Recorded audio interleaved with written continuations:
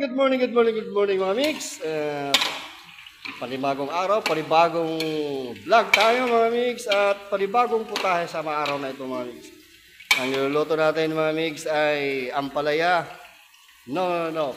Manok na may ampalaya mga mix. Sarap to, isa sa pinakamasarap na putahe ng manok.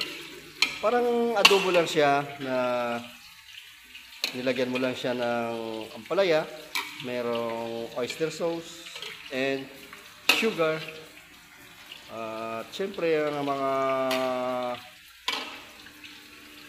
pangunahing sangkap natin, mga paminta, toyo. Diba mga mix? Napakasarap para sa mga better dahil chicken with better melon. Diba? Sangkap pa. Masarap yan.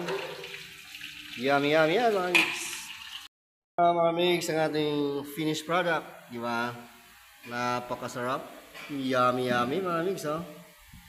Yan ang chicken with ampalaya mga mix. Napakasimple. Napakadaling lutuin na mga mix. Kayang-kaya na mga mami na nandyan sa bahay na nahirapan ng mag-isip kung ano mga lulutuin.